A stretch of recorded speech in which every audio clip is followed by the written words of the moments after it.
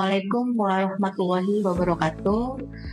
Selamat datang di perkuliahan Manajemen Pemasaran 2. Saya Ibu Rina Sri Wahyuni, dosen pengampu mata kuliah dari Fakultas Ekonomi Universitas Kaltara.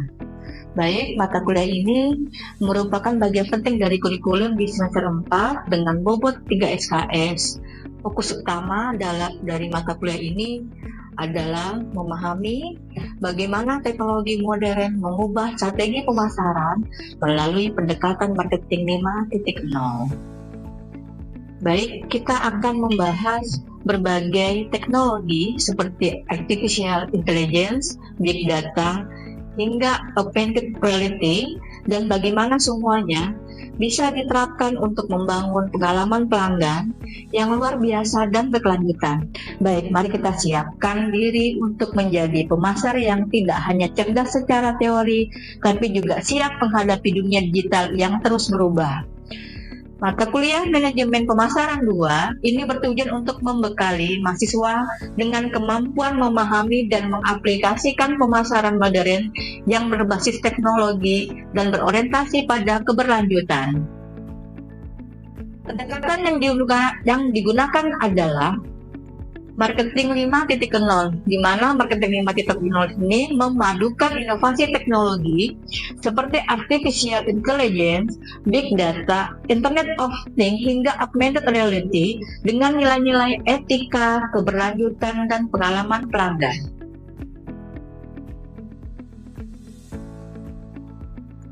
Ada 4 capaian utama yang akan kita capai dalam mata kuliah ini. Yang pertama, di mana mahasiswa mampu menjelaskan prinsip dasar dari Marketing 5.0. Kemudian yang kedua, mahasiswa mampu menganalisis peran teknologi dalam pemasaran digital dan berkelanjutan.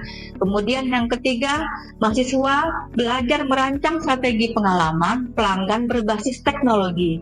Dan yang keempat, mahasiswa mampu mengevaluasi isu etis, privacy, dan keamanan data dalam dunia pemasaran digital. Dengan capaian ini, diharapkan mahasiswa lebih siap menghadapi tantangan dunia kerja dan menjadi pemasar yang adaptif, inovatif, dan bertanggung jawab secara sosial. Dalam mata kuliah ini, kita memiliki 4 capaian utama atau CPMK yang harus dicapai. Pertama, mahasiswa memahami prinsip dan evolusi pemasaran hingga Marketing 5.0.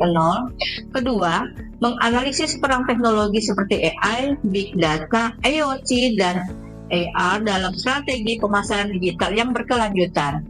Ketiga, merancang strategi pengalaman pelanggan berbasis teknologi dan pendekatan omnichannel.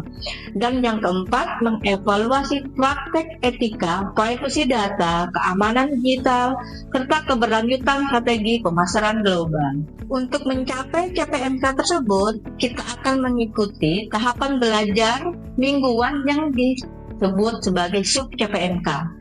Setiap minggu, mahasiswa diajak menggali satu aspek penting dari sejarah pemasaran digital, kemudian teknologi dalam perilaku konsumen, serta sampai pada penerapan kampanye pemasaran digital yang etis dan personal.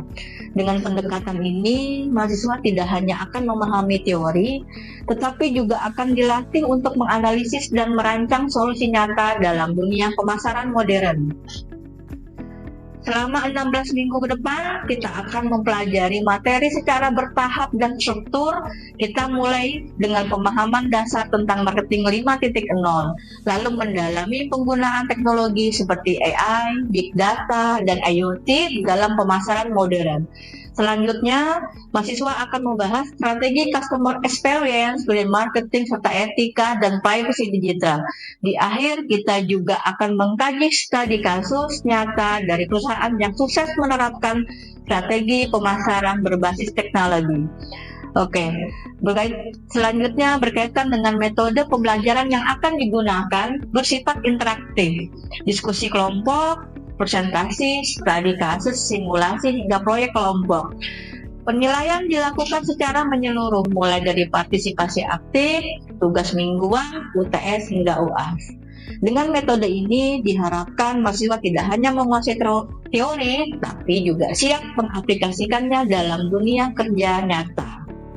Oke, baik. Pada pertemuan kali ini, kita akan membahas salah satu pilar terpenting dalam pemasaran digital modern, yaitu strategi membangun customer experience digital. Dalam dunia pemasaran 5.0, pelanggan tidak lagi hanya menilai produk dari kualitas dan harga saja, tapi juga dari pengalaman menyeluruh yang mereka rasakan selama berinteraksi dengan brand. Nah, customer experience atau biasa kita bilang pengalaman pelanggan ini mencakup semua titik kontak dari saat mereka mengenal merek, kemudian mengeksplorasi produk, melakukan pembelian, hingga menerima layanan purna jual. Tujuannya adalah membuat pengalaman itu menjadi mudah, menyenangkan, relevan, dan berkesan bagi si pelanggan. Mengapa customer experience penting di era digital? Karena saat ini pelanggan memiliki banyak pilihan. Yang membedakan bukan lagi sekedar fitur, tetapi bagaimana perusahaan bisa menciptakan koneksi emosional dan kenyamanan digital. Misalnya seperti kita lebih cenderung membeli dari brand yang websitenya cepat, aplikasinya responsif, CS-nya ramah, dan pengiriman barangnya cepat. Semua itu adalah bagian dari customer experience yang baik. Kemudian, bagaimana kita membangun strategi customer experience digital?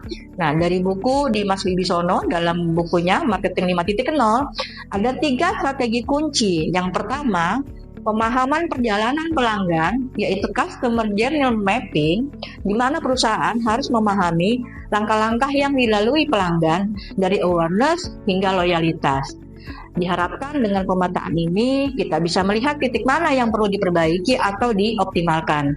Misalnya saat loading halaman, proses checkout yang rumit, atau respon CS yang lambat. Kemudian yang berikutnya, yang kedua, adalah personalisasi melalui teknologi. Nah, teknologi seperti AI dan data analitik memungkinkan perusahaan memberikan pengalaman yang dipersonalisasi, seperti rekomendasi produk sesuai dengan riwayat pembelian, kemudian email promosi yang relevan, dan sapa pelanggan dengan nama mereka, sehingga ini bisa membuat pelanggan merasa diperhatikan secara pribadi. Strategi yang ketiga adalah pendekatan omnichannel, di mana pelanggan bisa berpindah dari satu kanal ke kanal yang lain, dari Instagram ke website, dari WhatsApp ke toko offline. Oleh karena itu, strategi omnichannel harus memastikan pengalaman pelanggan tetap konsisten dan lancar di semua saluran. Misalnya seperti saat pelanggan mengecek stok di aplikasi, lalu bisa langsung ambil di toko terdekat.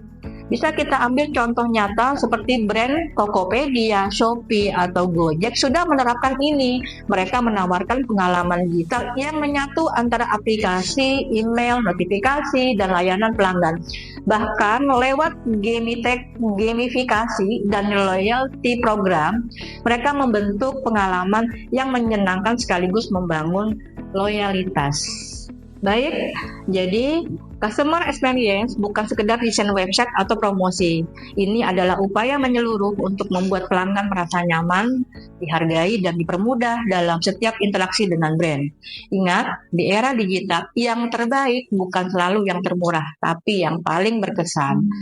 Terima kasih, dan sampai jumpa dalam diskusi kita di kelas. Alhamdulillah, kita telah menyelesaikan pengantar mata kuliah manajemen pemasaran 2. Termasuk membahas inti dari bab 4 yang berjudul strategi membangun customer experience digital. Saya harap penjelasan tadi memberikan gambaran yang jelas tentang bagaimana pentingnya pengalaman pelanggan di era digital. Dan bagaimana kita sebagai calon pemasar bisa membentuknya menggunakan teknologi.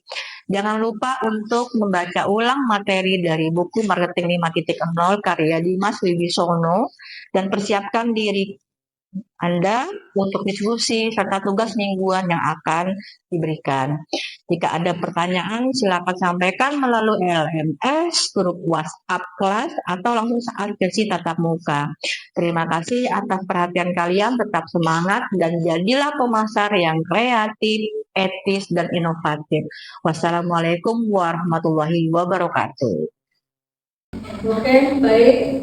Hari ini kita berbicara tentang experience pelanggan, di mana nanti kita berbicara tentang strategi menciptakan pengalaman yang berkesan, di mana kita bisa mendengarkan konsumen melalui survei dan ulasan, kemudian bagaimana mereka dapat merespon secara cepat melalui berbagai kanal digital yang tersedia oleh owner ataupun perusahaan gitu ya. Kemudian selanjutnya adalah bagaimana mereka pelanggan mempersonalisasikan konten dan penawaran, kemudian membangun interaksi yang bermakna dan berkelanjutan. Jadi disinilah bagaimana pemilik usaha atau produk bisa memberikan experience yang baik kepada pelanggan, seperti itu.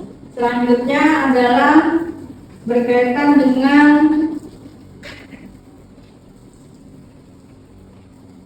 bagaimana integrasi touchpoint online maupun online. Nah, di sini kita bisa lihat bagaimana konsisten pengalaman dari media sosial hingga toko fisik. Jadi bagaimana si pelanggan itu menceritakan pengalamannya dia ketika dia memesan produk dari media sosial hingga sampai ke toko.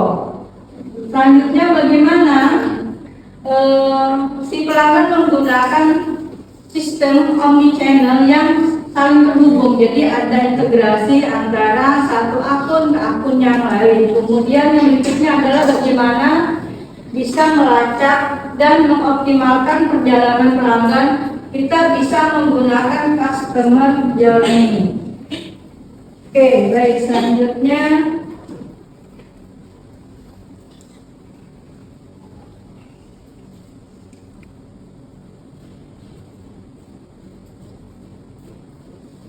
apa saja yang teknologi yang mendukung customer experience. Nah, di sini kita bisa lihat ada kecerdasan buatan yang sudah kita sering gunakan, ada AI yang memang sekarang sudah sudah familiar ya, digunakan oleh baik dari mahasiswa, pekerja dan sebagainya. Kita sudah menggunakan AI untuk personalisasi, kemudian chatbot untuk layanan 24/7, kemudian bagaimana big data untuk memahami perilaku pelanggan, dan IoT untuk menghubungkan pengalaman digital dan fisik. Jadi customer experience ini sudah masuk ke dalam beberapa teknologi yang bisa kita gunakan untuk terhubung dengan pelanggan.